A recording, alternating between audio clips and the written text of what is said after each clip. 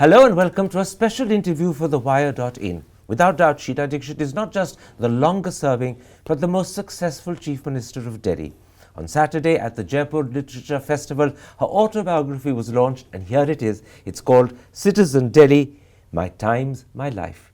Today, with me to discuss her book, and in particular the personal as well as the political aspects of the book, is Sheila Dikshit herself. Mrs. Dikshit, before we come to the personal part of your autobiography, let's start with the political. And in fact, let's start with that election of December 2013, which ended your 3 terms as Chief Minister of Delhi. You write, and I'm quoting you, "The opposition parties pilloried the Delhi government for its many alleged acts of corruption.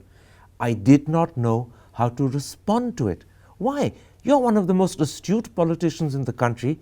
Why did you feel hamstrung? No, I didn't feel hamstrung, but I have always been, please don't misunderstand me that I'm showing off or anything. I've been always a very honest person. Except for the fact that, people come and give you some funds for your elections, I've never taken a penny from anybody. And I felt very hurt and very disturbed at this sort of an allegation, and then the Shunglu committee report was put in there. I thought it was most unfair. Instead of thanking all those thousands of people who had worked for the Commonwealth Games, made it into a successful game, so much changes had come around in Delhi thanks to the Games. Instead of, celebrating that, we were busy trying to find out all the wrong that has been done. So you're saying that because you'd never been accused of corruption before, now that this was being levelled against you, you had really no idea how to respond to it, because this is not something you'd ever had to deal with. That's true. I felt it was stupid to say, I'm honest. I just couldn't bring myself to do it.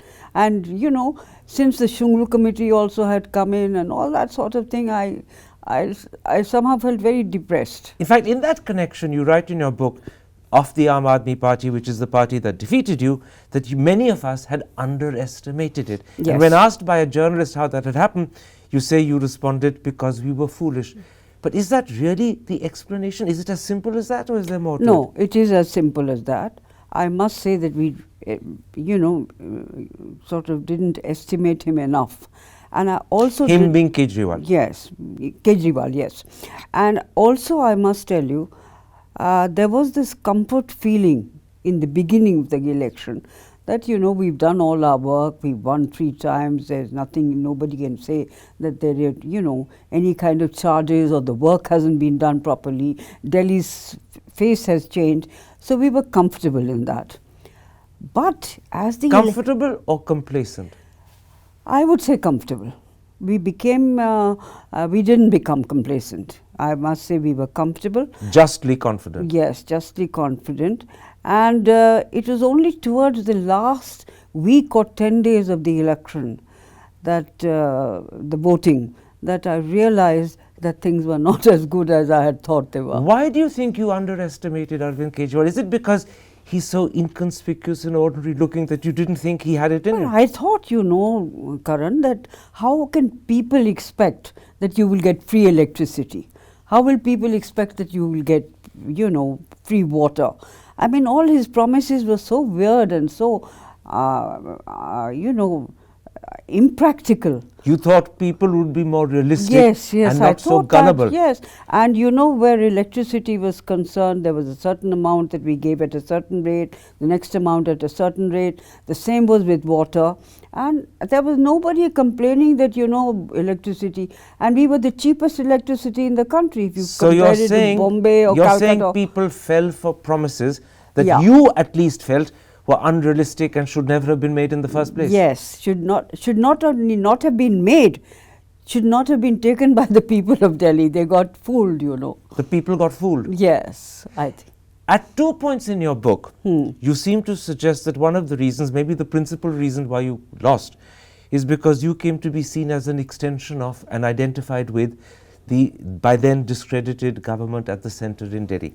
At one point you write, I knew that the centre's misfortunes would impact our standing in Delhi as well. That was also there. A little later you write, there were many who attributed our loss to public anger against the central government, as the Delhi government was often identified with UPA too, simply because it was a Congress-led government. That's true. What do you say to people who read these two and say, isn't she passing the buck here? No, but I've said other things also. Please don't forget that. I've said this was an additional reason. I'm giving you the totality of the atmosphere. But was this the straw that broke the camel's back, so to speak? Had this No, not I been there, wouldn't would say you it have was won? the last straw which broke the camel's back. It was one of the straws which broke the camel's back. The whole atmosphere became like that, you know. And since we happen to be Delhi, we happen to be in Delhi, where the central government is also there. A lot of, and you know, it's a very sort of a more educated lot of people than other states have. So that also had its impact. And I didn't think at the end of it all, when I look back on it, there was nothing for us except the fact that we had done, you know, whatever we were supposed to do very well. So proximity to the central government became a disadvantage, it didn't become a benefit. No. Yes, you're right. You're in a, yes, you've quoted it right, that it became a disadvantage, and we somehow couldn't overcome it because it was part of our own government. It was a Congress government.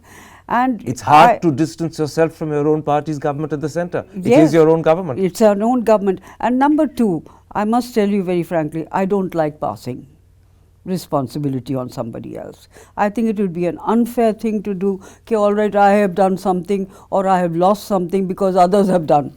Let me then in that spirit ask you, how do you account to yourself the fact that you lost your own seat? After all, you were a 3-time chief minister and perhaps, as I said, the most successful Delhi has had.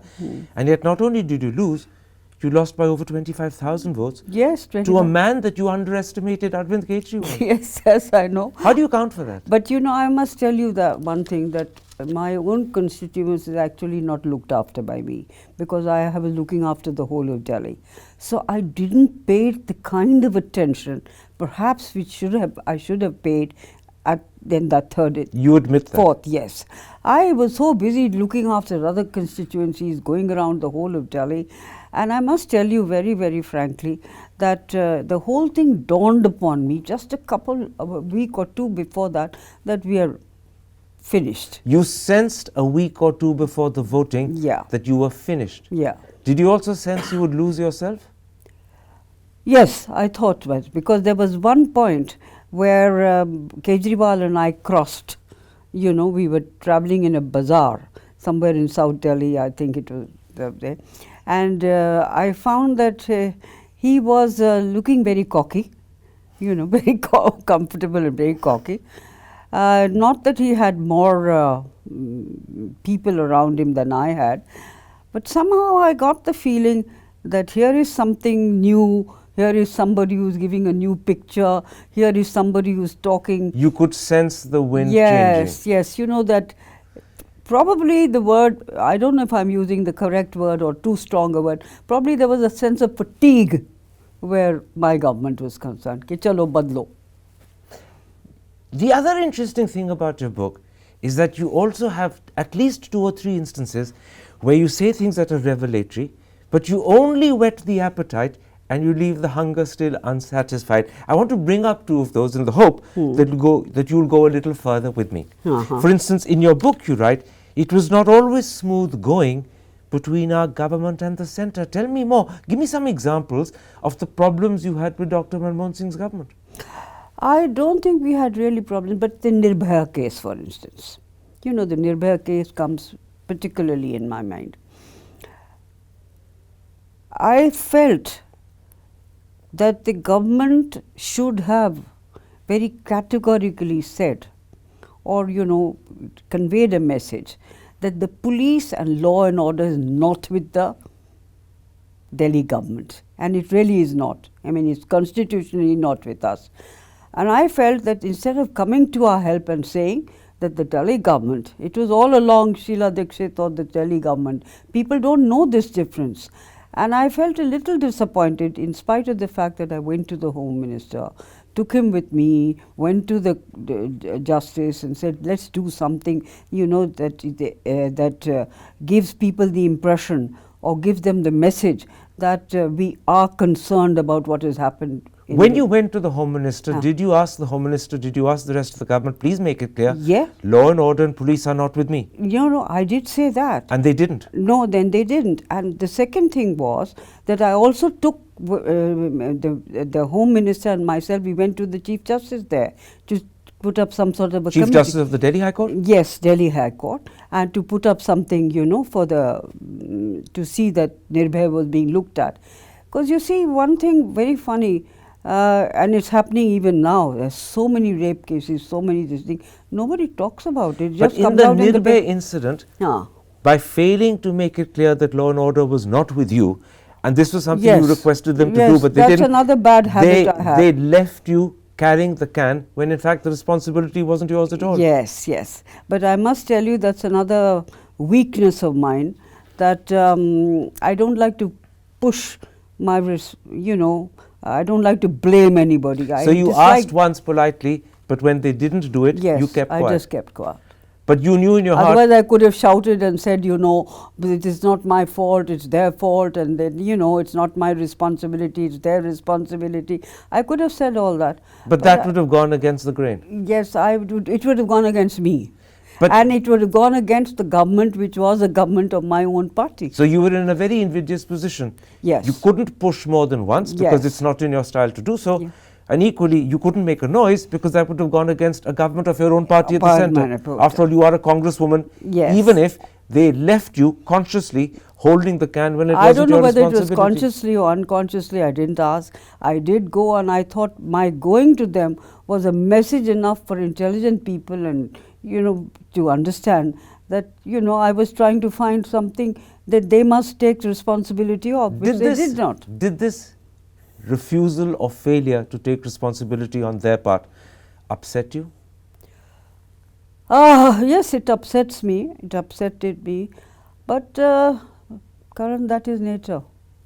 You have very few people who take on responsibility if it touches them. So let's accept that they weren't man enough to. Yeah. Well, whatever you may call it, but this is human nature. Look, people would not like to take on responsibility if they can avoid it. The second area where your book is tantalizing, it whets the appetite but doesn't satisfy the hunger, is when you talk about how you were offered the governorship of Kerala. You write, and I'm quoting you, Sonia Gandhi offered this assignment and I did not refuse.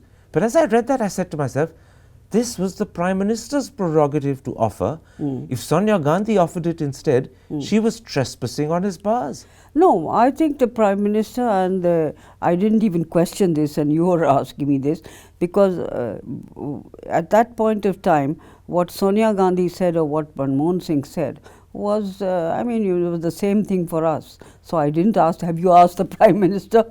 or something like that. We all know that, in fact, if anything, Mrs. Gandhi was more important than the Prime Minister.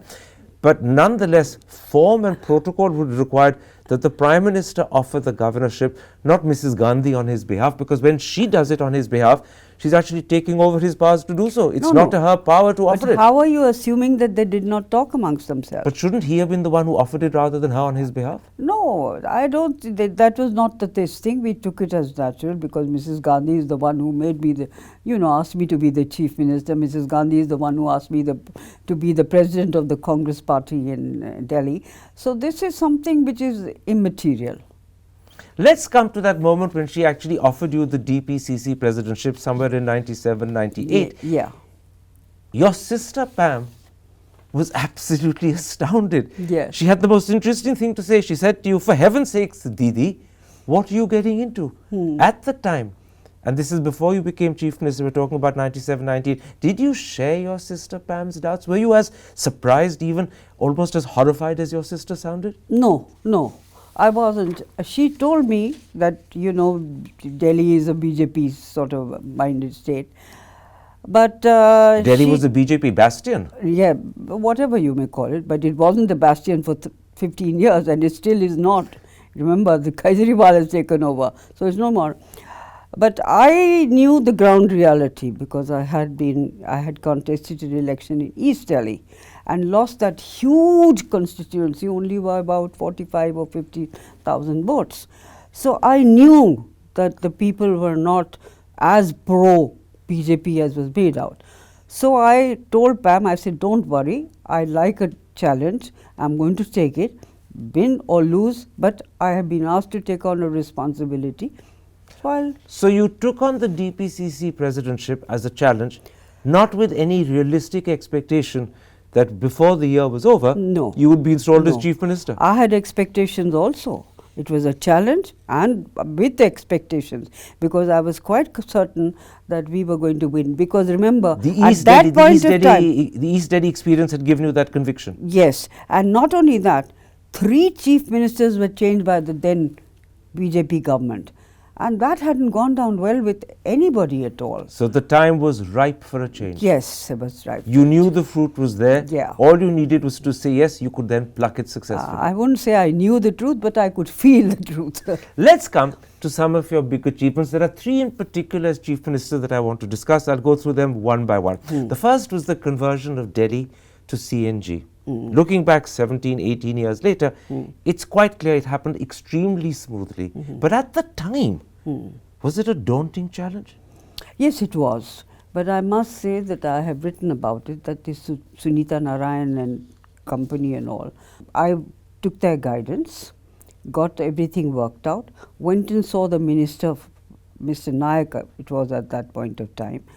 And I told him, कि भैया ये करना है, because otherwise Delhi is, finished, and it's getting too... was Ram Naik's cooperation essential in making this a success? Yes, I must say that. I must tell you, I must admit to you very frankly, that he said, yes, we can do it, because this had CNG, had to be brought all the way from the borders of Gujarat, and then come to Delhi all the way. The logistics were horrific. Very terrific, sort of almost frightening, but it was their job. And I said, Delhi, and you must understand one thing, that it is in the interest of the central government also, Delhi. Quite right, because it's the capital. Yes. Let me ask you this. The logistics, as you pointed out a moment ago, were horrific. The CNG had to come literally from the coast to the borders of the country. Yes, yes. And secondly, this was something that was daunting, even though it happened smoothly. It was a challenge. Would it ever have happened if the Supreme Court hadn't A, given an order, and B, laid down a very rigid time frame? Would politicians have done this of their own volition without the Supreme Court literally pushing them? No, I didn't face that situation, because the Supreme Court, even before my government came into position, had already ordered this. And we felt that it has to be, So you followed. faced a fait accompli? Yes, we had to follow it up. We didn't try and, postpone it or find ways how to postpone it, something. You accepted the Supreme Court order and Yes, said, I, Sheila done, Dikshit, will implement it on time. Yes, and we did it. The second big achievement, I suppose, is Bhagidari. When I read your book, you make it sound not just commonsensical, but logical, that people should be encouraged to cooperate to help each other. But it's something that had not only never been done before, no other person had ever thought of doing it either. How difficult was it to persuade people and then convince them of your sincerity? You see, it was an interaction with people. Now, for instance, a colony called, say, Lodi colony, has different requirements. And say a colony called Jorbagh has different requirements, even though they are next to each other. So we brought, and every colony in Delhi practically has a resident welfare association. So we got all these resident welfare association members to come across, talk to us, person to person as well as in groups, to see what their requirement was. I made it a point to see that the member of parliament and the MLA also were there. Somehow they didn't take the kind of interest, but I used to sit there all along to listen to them. That's the question I'm really making. If you hadn't been there personally involved, if you hadn't made this an issue of your own personal involvement, would Bhagidari have succeeded? No. Would the suspicion of people, which is often taken to be their natural suspicion, have been the obstacle that had brought it down? No, it wouldn't have succeeded. And I must tell you how it succeeded. It had a worldwide success, but you needed somebody to push it. We got... Which you did. We got a... for good governance, recognition from the United Nations. We got it from Singapore. we got it from the Commonwealth. 3 big, huge, these things for good governance and governance helping the people out. But would you say that Bhagidari is one achievement where the lion's share of the credit goes directly to you? Because if you hadn't personally involved yourself, it would probably never have happened. Yes, that I would say, even though I would like to say it with all humility. Let's come to the third big achievement of a government, and it's what I call the privatization of DVB, which, to be honest, is the privatization of the distribution of electricity in Delhi. After a few initial hiccups, it's actually succeeded wonderfully. No one has any complaints about it today. And the question arises, why did Sheila Dikshit not implement the same policy as far as water and the Delhi Jal Board were concerned? Where the Delhi Jal Board was concerned, I must tell you, my own party people, my own colleagues, my own ministers and MLAs and all said that, electricity is something that, the poor may use or may not use. But water is one thing which the poor use. And if you interfere with a foreign organization which is going to advise us on this, somebody from the United Nations again was going to advise us on this, prices may go up and we will be touching the sentiments of water of the people. So political caution stopped you. Caution. Did you share the political caution of your colleagues, or did you accept it? No, was I your shared. own personal inclination to privatize water as well? No, my personal inclination was not that. I wanted it to be privatized. You wanted it to be privatized? Privatized, because I thought that, and proportionately, it's not total privatization. It is, say 51% and 49% or, some percentage like that. So not a total privatization, just like we did not do the total one in the electricity one. But it was something that I felt that, people were too much against it. So here you allowed the advice of colleagues or ministers to change your mind? Yes, I must say that, because I thought that the overwhelming majority felt that we should not touch water. You bowed to the majority view. Now there are 2 areas, Mrs. Dikshit, where your book, to my astonishment, doesn't say anything at all about subjects where I would say, first of all, as a 3-time chief minister, you would have had great insights. And secondly, those are issues that have become enormous controversies under your successor. I want to raise both those issues with you. Yes, please. The first is the question, is the relationship between the chief minister of Delhi and the lieutenant governor of Delhi always going to be fraught, tense and difficult? Or has it been mishandled by Kejriwal and Jung to begin with, and now Kejriwal and Baijal? This is something your book doesn't talk about at all. So let me ask you here. No. Is this a tense, fraught relationship? No. The book does tell you that the constitution of Delhi is different from other states. It's a union territory. It's not a full state. Quite right. So, okay. So now a union territory, and it mentions all that. The union territory is something that is different from a full state. So you don't have, for instance, land is not under you. If I want to build a school, police is not under you, law and order is not under you. And as the government has interpreted, practically everything that is under the chief minister needs in fact the okay or concurrence of the lieutenant governor, otherwise you can't act. Yeah. So I come back to my question. You face the same situation that Arvind Kejriwal has been facing. But in your time, the relationship, at least as far as the world outside was aware, between you and all the lieutenant governors you served was harmonious. If you had scraps, they didn't become controversies. Arvind Kejriwal seems to live between scraps and controversies and arguments with his lieutenant governors every single day. So my question is the relationship between the governor and the chief minister inherently tense and fraught, or is it being mishandled by Arvind Kejriwal and Jung as well as Arvind Kejriwal and Baijal? You see, what do you fight an election for? What do you want to get into politics for? What do you want to become a chief minister for, or a minister for, or an MLA for? Because you want to do some service to the people? Otherwise, you don't want to become just because I want to be a chief minister. You don't become like that. Now, if you take that responsibility seriously, then you have to work within the confines of what the Constitution powers which the Constitution gives you and the powers the Constitution gives to the Lieutenant Governor and the central government. So you see, every time I wanted to choose a Chief Secretary, for instance, I would go and meet the Lieutenant Governor, and I would also meet the Home Minister and make them agree to it. And the meetings between the Chief Minister and the Lieutenant Governor were once a week every time. And the first...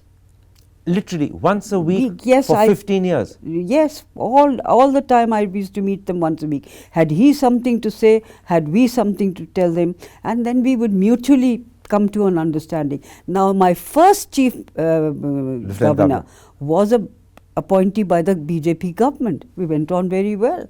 Now, the choice between any minister, Chief Minister, Kejriwal may choose that I would rather fight with the system and not serve the people.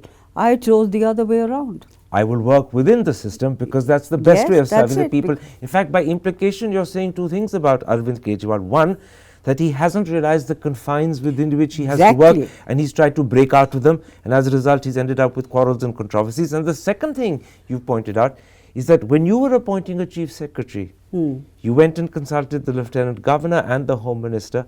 Arvind Kejriwal had problems with his Chief Secretaries many times, but he didn't take the sort of steps and measures to prevent the issue becoming a problem that you did. No, but Karan, if you're given a job or you take a job, and it's your choice, I need not have become the Chief Minister, I need not have contested an election. It was my choice. Now, having taken the choice, I have to work within the framework. So your sentiments and your sympathies lie not with Arvind Kejriwal? No, certainly not.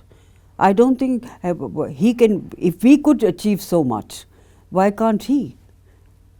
And in other words, the same failure happened with the BJP government. They had to change 3 chief ministers because there was no coordination. And you have to learn to coordinate in Delhi. Please remember, and I repeat it again, that we are a union territory, we're not a full state. The trick of being a successful, or the secret of being a successful chief minister is A, understand your confines and work within it, and B, cooperate with the Lieutenant Governor and the Home Minister. And the Home Minister.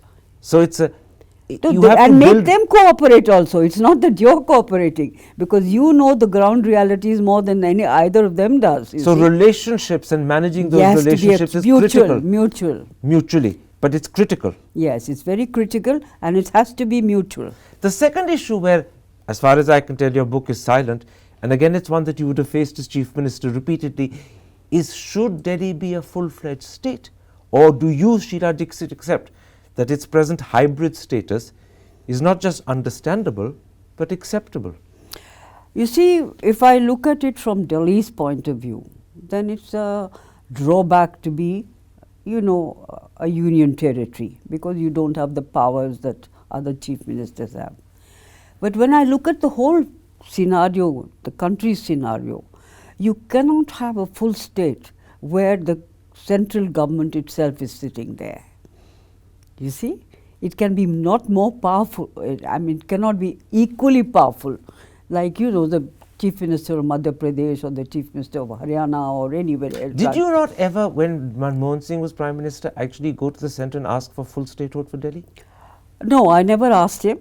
I never asked anybody, but we did have it in our manifestos that Delhi should be, and our statehood and so when it was in your manifesto, please give us the police or the law and order, police, part of the police, and we must have. So then isn't there a contradiction between what you're saying now and what you said a moment ago, that you can understand why Delhi doesn't have full statehood, you said a moment ago, because it's the capital, because it would be awkward for the central government. Now, on the other hand, your manifesto did want full statehood, and in particular it wanted police powers, which is perhaps the most critical of the powers. No, so not is there only not a police contradiction? Power over land also. And this is, for instance, the Delhi Development Authority. So where do you stand? Do you want full statehood, and do you think the absence of it is wrong? No, I would like full statehood as a human being or as a person who would like to have power. But I know that, I also understand that it is not possible. You'd like it, but it's not possible. So even though it was part of your manifesto, you know that this is an impossible demand. Yeah. Let's come to some of the other, what I call political revelations in your book, because I find them quite fascinating. You write that your father-in-law, Uma Shankar Dikshit, who was a minister when the emergency was first declared, was disturbed by what you call its draconian aspects. Let me ask you, did you, Sheila Dikshit, feel either then, or do you feel now, today, some 40 years later, that the emergency was a mistake? You see, Indira Gandhi came back after the emergency with a thumping majority. Because of the Janta interlude, which was such a disaster. Whatever the reason may be. So, it wasn't liked when it was, implemented. But quite obviously, they forgave her as fast as they could. And the next moment they got an opportunity to get her back, they got her back. If you use the word they forgave her, then you are also conceding it was a mistake, because you have to make a mistake to be forgiven. It was a mistake in the sense, don't take it that literally, mistake or, this thing. But it was a mistake in the sense nobody liked it, you see. So many people were... was it necessary? Was it justified? Yes, it was. Both necessary and justified. Because all the Congress people felt it, and I don't have much knowledge of it, but because I wasn't in it. But one thing that was there was that what the law had done to her, the law had not been fair to her. Now you were also, and therefore she was forced to bring about an emergency. And you do believe it was A, justified, and B, necessary. Yes. The second revelation in your book is that you were one of the passengers on the plane that brought Rajiv Gandhi from Bengal to Delhi at the time of Indira Gandhi's assassination. A fellow passenger on that plane was Pranab Mukherjee. And you write in your book, I'm quoting you, Pranab Mukherjee put forth his view that a precedent of having an interim prime minister had been established in India from the time of Nehru. Was Mr. Mukherjee laying a claim to be interim prime minister? Well, you can imply that if you want to, but I don't think I would like to imply that. There was later on he made his own party also, as you know. Well, before he made his party, he was left out of the government. So Rajiv Gandhi formed the government after the election, and then he was expelled from the party. Yes. Were those two events, being left out of government and being expelled, connected to this, what I call claim to interim prime ministership? Yes. But I think he's a very wise person, is a person who understands things. He must have also known that Rajiv Gandhi would definitely become the Prime Minister. But in a moment of whatever it may be, I haven't gone into it and I don't want to go into it either. He thought that if he could get a chance, it would be, I mean, anybody would like that chance to be there. This is a moment when personal ambition got the better of discretion. Yes, probably. Was it unwise of him to have suggested the interim prime minister? He suffered on account of it, otherwise he wouldn't have been a member of the ministry right from the beginning. He got dropped from the government because of this. Because of and this also presumably led to his expulsion. Yeah. So, on reflection, it was an unwise thing to have said. From his point of view, yes. On Rajiv Gandhi, you say in your book that your father-in-law was worried that Rajiv was far too trusting of the confidants around him. You served in Rajiv Gandhi's government. You served in the Prime Minister's Secretariat. You were very close to him in that sense. What's your assessment of Rajiv Gandhi's Prime Ministership? Well, you see, Rajiv Gandhi was very trusting kind of a person, like for instance people like Nehru and that Vishwanath Pratap Singh and all. Not like his mother. She was not a trusting lady at all. She was a politician first. He wasn't a politician first. So he had a different way, he trusted people. He didn't feel that, he never showed anything that he was not trusting. He was not skeptical of people. Not skeptical. He took them at their word. Thank you very much. That's the word.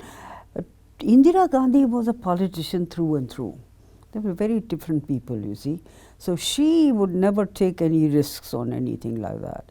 She had a lot of very good friends. You're also suggesting, but these are my words, that she had a political sixth sense. Yes. And Rajiv, in a sense, didn't. Yes. She definitely that was there. Political, yes. Politically, she was very, very smart. She was the sort of person you could say was born to be Prime Minister. Rajiv clearly was not in that category. I wouldn't say that go that way, because when she was there, the Gungi Gudiya days. Yeah, there were many others who could have become prime. Do you think inexperience was a handicap that Rajiv Gandhi never overcame?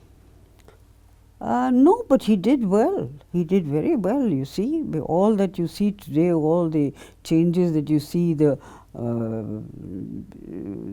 laptops and the telephones and all that was brought in by Rajiv Gandhi. So it's not that he didn't understand or that he didn't change India as it should have changed. All the bases that you see today. Many people point to the Punjab Accord and the Assam Accord as moments when hope and expectation triumphed over reality, that these were mistaken things for a politician to do, even if they were the correct for an idealist to do. Yes, that's it. They were correct at that point of time.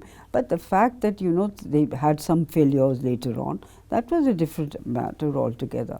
But, and he suffered from it. He suffered because of it. She suffered because of it. Now, your book also reveals that you played a critical role as an MP in getting support from Congress MPs for the bill that overturned the Shah Banu judgment. Yes. I'm going to ask you this question as a woman. Was your heart in that?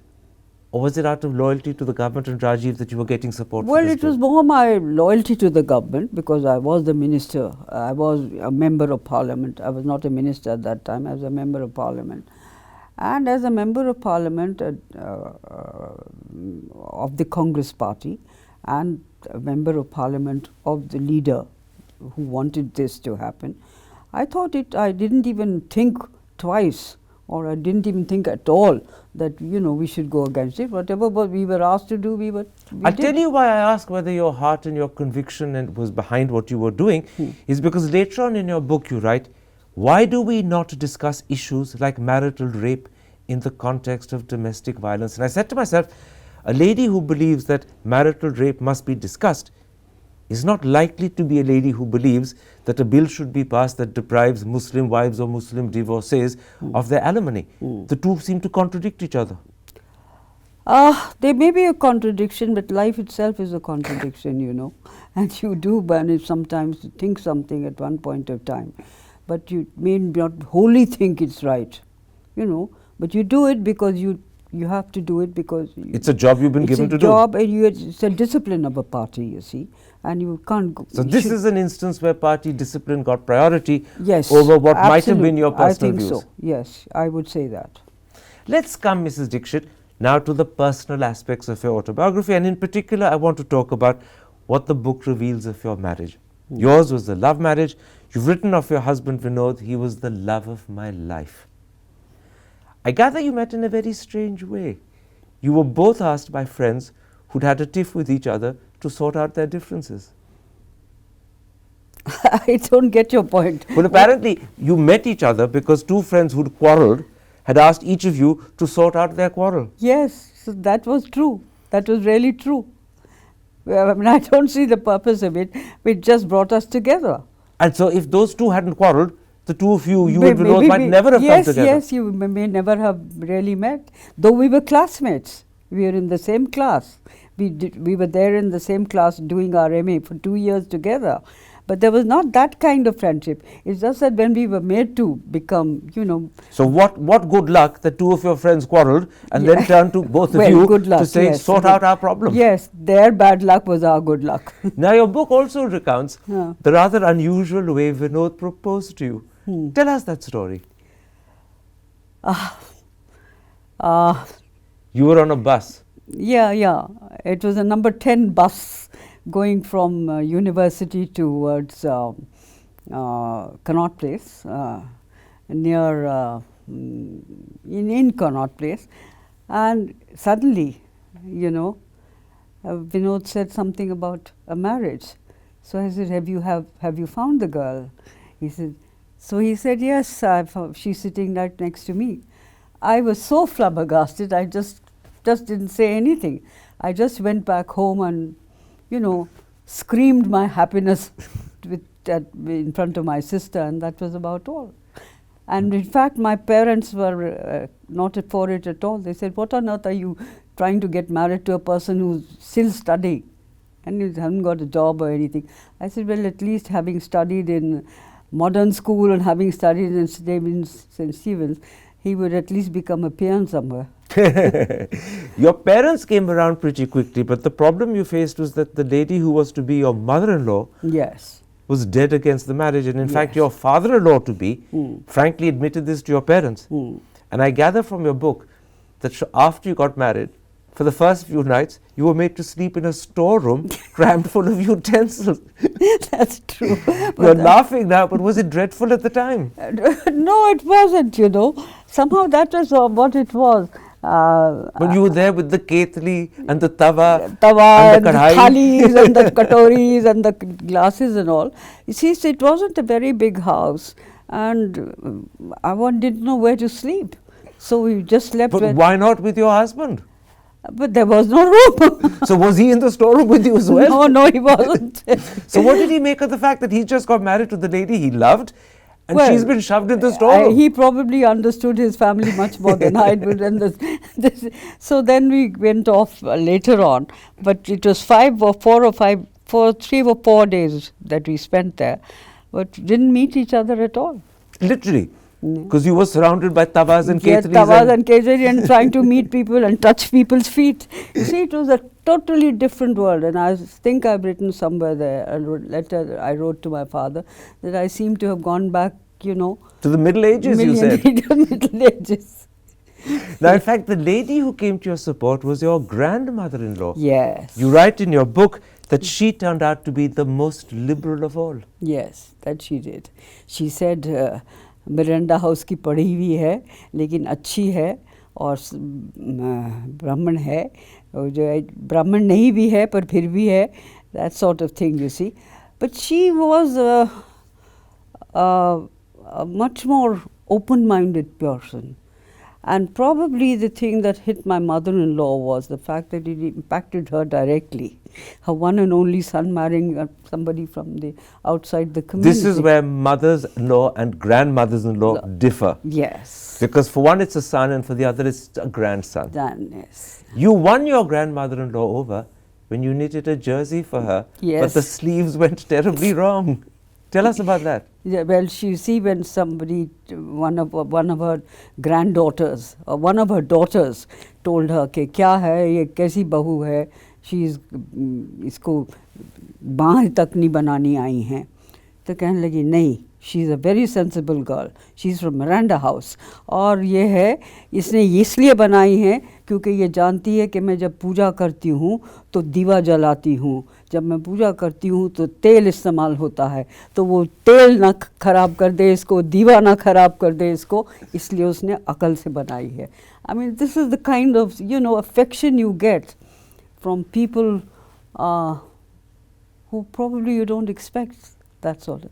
Your book reveals that you have a very, very soft spot for her. Very, very soft? Spot for her. Yes. You're particularly fond of her. Her memory is one that you adore. Yes. She died at the age of 98 or 99, and I was very upset with the fact. Tell me about your relationship with Vinod. I gather that on one occasion, the two of you sat through 3 consecutive shows of My Fair Lady. Yeah. What were you doing in the cinema hall for so long? I'm very intrigued. No, but we came and we had, we saw the one show, came out, there was a quality restaurant, had a little bit of tea or and coffee. went back in again. Went back in again, then came back again, then went back again. It was something, A, we liked the film. And B? B. I'm being curious and prurient. And B, were you holding hands? Oh yes, of course. But that we didn't have to. We had a house to hold hands in. But which is why I wondered. Most people see 3 movies at a go because they're holding hands and snogging. Yeah. But you had your own home to do that. So what were you doing here for 3 shows? We were holding hands anyway. Now, although you write only briefly about it, your husband's tragic and sudden death, the pain and the shock you went through clearly come across. You write in the book, a part of me died with Vinod forever. You were only 49 at the time. How did you handle it? It was tough, very tough. And even today, I haven't quite accepted the situation, you know. Because with Vinod and me, it was not just a marriage, it was a very, it was a love. It was not just an ordinary marriage, and you know, khana paka diya, tankha le li, and all that sort of You thing. adored him. Huh? You adored him. Yes, I think and I hope he's not here to answer, but I think we both adored each other. It was unusual, and we never had a fight. Never had a fight or never had a misunderstanding, you know. And he took to it, and we could feel free to talk to each other of anything and stop each other from doing something or do something which we wanted. So it was an unusual relationship, and that is why even after so many years I haven't yet gotten over it. You were in fact, and I get this feeling from your book, not just very close to each other, you almost had identical thoughts and ideas on so many things. Yes, that we did. That I'm afraid. Often like twins rather than just Yes, husband and yes, wife. like playing noughts and crosses for a start. And yes, we were thought alike. But that was primarily because of the kind of education that both of us had had. He had studied in Modern, I had studied in the convent, and he had studied in St. Stephen's, and I had studied in Miranda.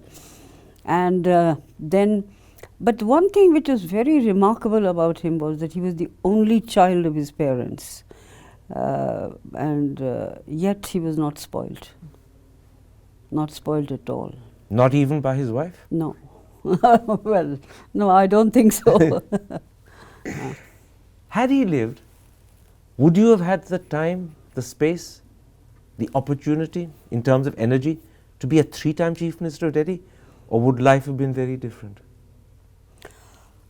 I mean, this is just guesswork. I don't know what I would have done. I don't know whether I would have joined politics at all. You were a minister in Rajiv's government while he was alive. I know. If it had not been for the encouragement that I got both from Vinod and his father, they both thought, and Vinod couldn't enter politics, though probably his inclination was more towards politics, because somebody had to earn in the family. And besides, he was in the IAS, so there was no need for him to change that job. So it took me on, and that was it. The other person who had a major influence in your life, and this again comes out very strongly in the book, is your father-in-law. Has he, in a sense, Yes. modeled the politician in you? Yes, yes, certainly, most certainly, because he was the first politician that my family got to know. You know, we were not a family of politicians at all. And so he was a great influence. But he was a remarkable human being, and I have yet to see a more modest and self-effacing politician. And he was very close to Jawaharlal Nehru, very, very close to him. He was very, very close to Indira Gandhi, and he was close to Rajiv. All 3 generations of and of course, Jawaharlal's father, Motilal Nehru. So the relationship between the family was of 4 generations, and he never let them down, nor did they let him down. Though I always used to feel that he never got what he should have got. He never got his just desert. Yes, yes. But he never spoke of it, and he always said, "Don't be silly now," or you know, this is what life is. And it doesn't matter to me. If it doesn't matter to me, why does it matter to anybody else? And that is an attitude in a real sense you've also inculcated in yourself. Because when the Delhi government, for instance, wasn't making clear that the responsibility was theirs over nearby, you kept quiet. Yes. You were happy to carry the can, even though you knew the responsibility wasn't yours. because Was that in a sense a lesson learned from him? But that's because, Karan, I was trained by him. He was my model for being politician. I had no other model. Mrs. Dikshit, a pleasure speaking to you. Thank you.